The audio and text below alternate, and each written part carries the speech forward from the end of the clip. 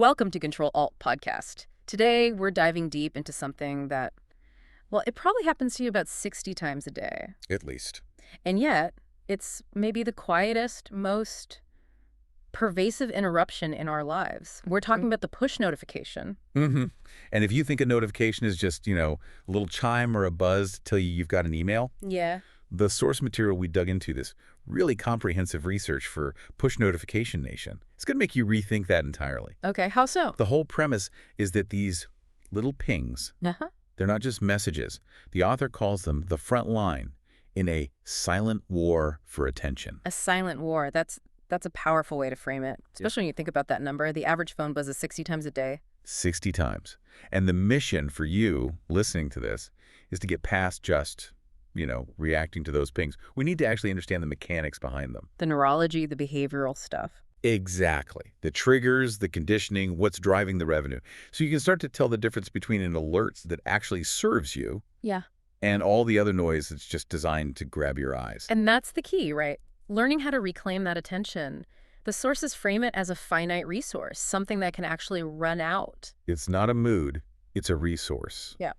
So let's start right there. How did we get from a helpful message to what the author calls a predatory trigger? That feels like the core question. It's the essential shift.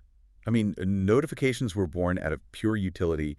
Think about the first smartphones. A notification meant something urgent. A phone call, a text message from a person, a calendar reminder. Right. Things you explicitly asked to be told about. They were permission-based. And purpose-driven. Precisely. Mhm. But then developers and marketers, they had this huge realization Which was? that the usefulness of the message, it matters so much less than our reaction to the buzz. A simple vibration, a little red dot.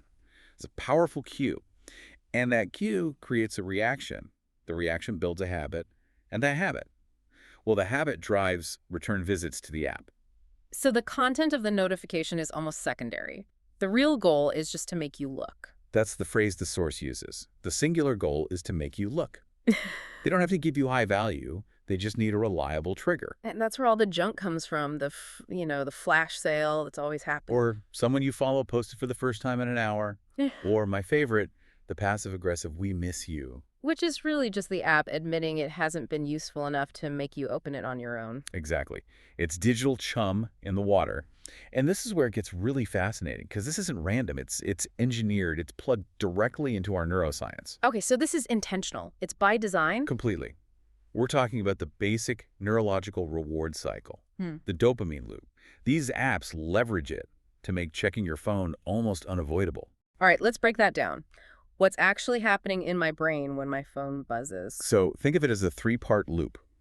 Cue, routine, reward. The cue is the buzz, the ping, the little red badge. Okay. That cue, that tiny signal, triggers a small, immediate release of dopamine. And dopamine is often misunderstood, right? It's not the pleasure chemical. The sources say it's the seeking chemical. Spot on. That's a critical distinction. Dopamine doesn't give you the pleasure. It just makes your brain go, hey, potential reward here, go check. So it's the motivation. It's the engine of anticipation. So the routine is picking up the phone, and the reward is, well, sometimes it's good information, but usually it's just the temporary relief from wondering what it was. It sounds a bit like a slot machine, the variable reinforcement thing. That's the perfect analogy. It's not a huge payout every time. Sometimes it's a critical text, but most of the time it's just spam. That unpredictability is what forces you to check every single time. Because you can't afford to miss the one important one. Exactly. And the sources point out that eventually your brain stops even asking why the phone buzzed. Your nervous system just learns the pattern. Cue, routine. It bypasses conscious thought. Your body just chooses the reaction for you. It's behavioral conditioning on a massive scale.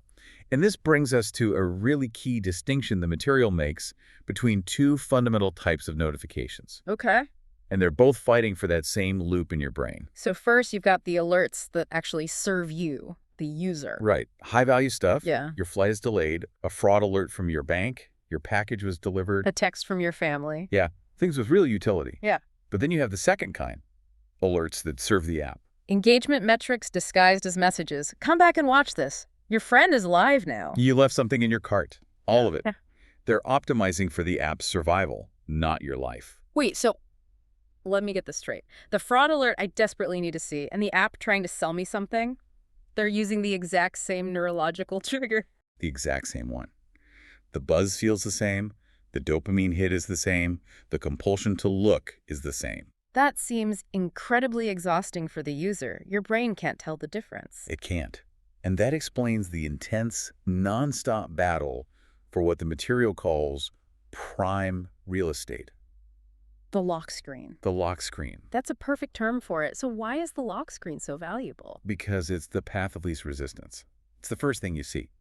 But more importantly, it's the only screen that can reach you when your phone is locked and your attention is supposed to be somewhere else. It bypasses your intention. That's the phrase they use. You might just be reaching for your phone to check the time, but boom, there's a bright red badge about a new comment, and your original intention is hijacked. So getting access to the lock screen is pure power for an app. It's everything. It's the ability to break through the firewall of your focus, and they fight so hard for it, right? They beg for permission when you install the app, and if you say no, they'll ask you again later. Framing it like you're missing out on all this amazing value. Because they know the second they can interrupt you, they win the session. And the cost of that constant interruption. That leads us to what the sources call the notification crisis. It's a real mental and physical toll. Users are reporting feeling constantly stressed, tethered to their device. And there's that one really chilling example, the phantom vibrations. Ah, yes. You feel your phone buzz in your pocket, you pull it out, and there's nothing there. I think everyone has felt that. It's a sign of a nervous system that's just under constant stimulation.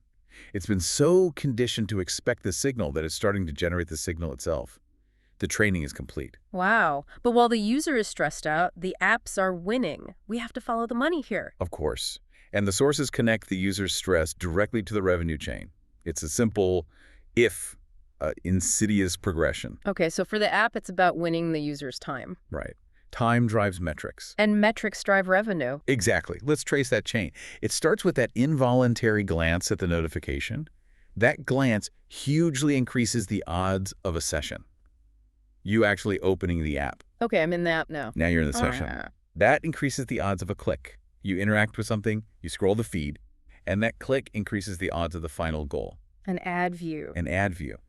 And that whole chain, from a tiny vibration to a six-figure ad deal, explains why this battle for your attention will literally never end. They are optimizing for interruptions. Not for your peace of mind. And realizing that is the first step toward reclaiming your attention, because you have to start treating it like a resource that it actually runs out. The sources confirm it's not just annoying, it's corrosive to how we think. It hurts memory, focus. And just having your phone visible, even turned off, uses up measurable cognitive bandwidth because part of your brain is actively working to ignore it. The best proof that this has become a problem is that the platforms themselves had to invent a cure, right? That's the undeniable evidence. Apple and Google had to build focus modes, do not disturb, screen time limits. They created the fire, and now they're selling us the fire extinguisher. But those tools only work if people actually use them, so it has to start with us. What are people actually doing to, fight back? It starts with creating distance, both digital and physical. People are just turning off all non-essential alerts. If an app can't prove its value, it loses its permission to interrupt. And the physical distance? Just leaving your phone in another room? It's incredibly effective. It physically separates the cue from the routine. I also find the aesthetic changes really interesting, the more subtle things people are doing. Oh, absolutely. Using minimal home screens. And one that's surprisingly effective. Turning your screen to grayscale. Removing the color icons. Why does that work so well? That bright red of a news app, the blue of a social media icon. That's a huge part of the visual lure. Take away the color, you lower the cognitive pull. It reduces that instant recognition that leads to the quick open. So the goal of all this is to create space. Space between the buzz and the reaction. You're consciously putting your rational brain back in the loop.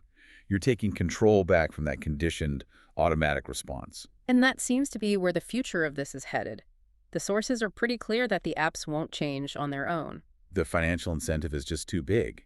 So the change has to start with us, with user behavior. When enough people demand better, that's what will eventually push companies to design systems that actually support our attention instead of just hijacking it. Right.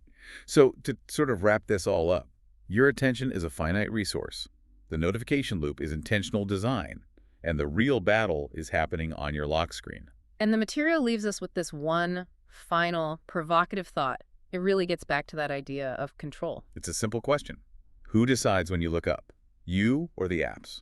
And the answer to that, as the research shows, is entirely based on your settings, the alerts you allow, and the habits you build. If you don't actively protect your attention, the market will just consume it. You have to protect it like something worth keeping. It's time to audit those settings. Thanks for joining us for this deep dive.